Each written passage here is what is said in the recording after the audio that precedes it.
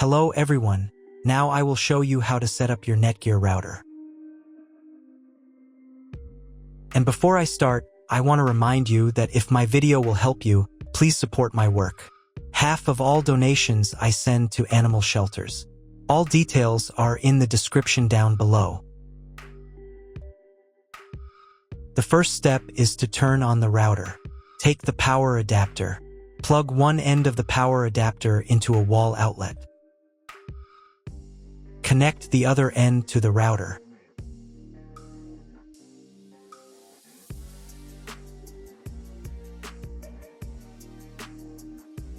Turn on the power by pressing the button.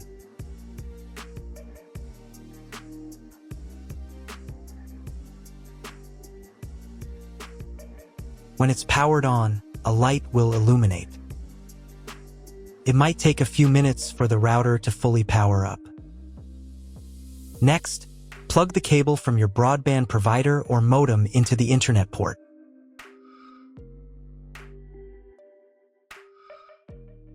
Now you should reset the router to its factory settings.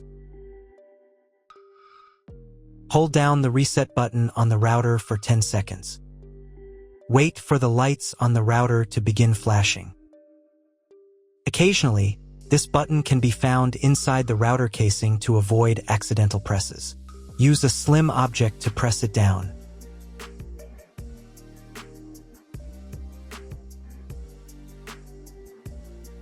The router will reboot, resetting all the settings to their original factory defaults.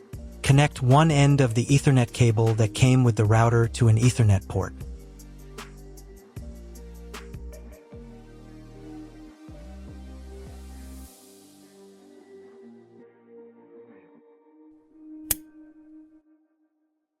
Connect the other end to your computer or laptop's Ethernet port.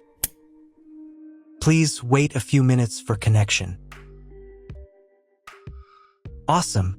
Your router is now connected to your computer. Now you will need to set it up.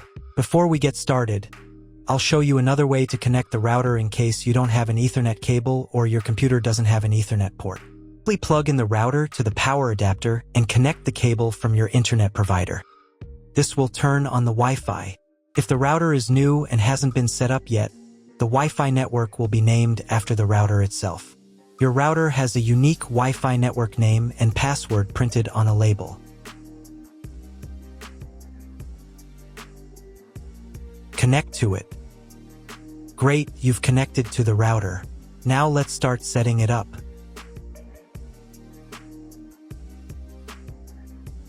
First, open your web browser and visit the URL you see on the screen. Use the URL bar instead of the search bar. Then click here.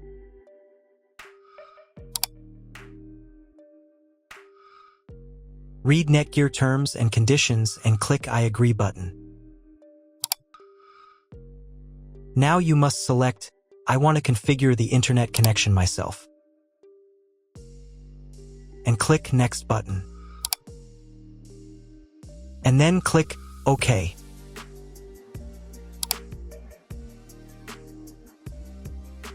If your router settings do not look like mine, it means that your router has a different firmware. I made a video for every firmware type. You can find all the links in the description down below. So the first thing you need to do is set up a new password. The admin password is used to log in to your router's web interface. Pay attention to the password requirements. Write your new password in the first field and duplicate it in the second field. Then select 2 security questions and write answers for them. You need them just in case you need to reset the admin password in the future. Click Next. On the next page, you will find the information you need to connect to a Wi-Fi network. If you want, you can print them out. Click Next button. If the router has not been updated for a long time, the next page may automatically start the firmware update process. I recommend updating the firmware if a newer version is available. It will take about 3 minutes for firmware update. Please do not turn off the power or press the reset button. If the new firmware is not available, just click OK. Then you will be redirected to the NETGEAR's website, where you can register your router. If you want to, you can do it. I'm not going to do that, so I'm just going to close this window. Log in to the router's web interface again if you were logged out of it. Enter the standard username admin and password that you created a few minutes ago. Press Sign In button. In the top right corner, you can change the language of the router's website interface. To get the internet, go to Advanced.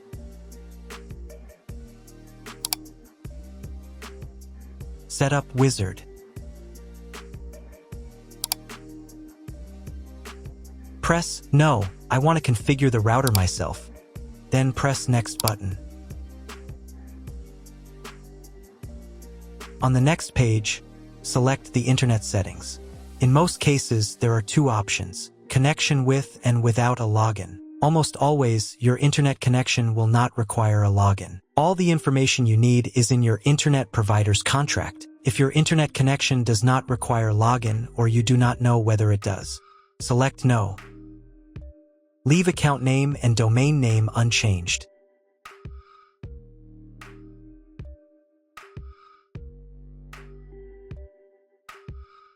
Then in Internet IP address section, choose Get Dynamically from ISP. In the DNS section, select Get Automatically from ISP as well. If your internet service provider only allows access to a specific MAC address, you must copy the MAC address of the main computer. If you are unsure of these settings, choose Use Default MAC address. Check again that your settings are the same as mine. And click Apply. In most cases, it is not necessary to clone the MAC address. But if you can't get the internet connection after quick setup, later in the video I will show you how to clone MAC address. Now you need to reboot the router. Go to Advanced. Advanced Home. Click on the Reboot button. And click OK. After the reboot, wait a few minutes and try to Google something. If it doesn't work, check all the cables. They must be connected correctly. Then log into the router control panel again.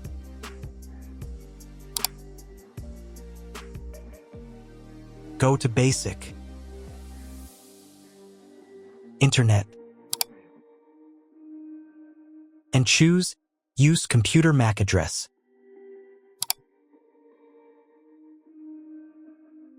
Click Apply button. And then reboot router again.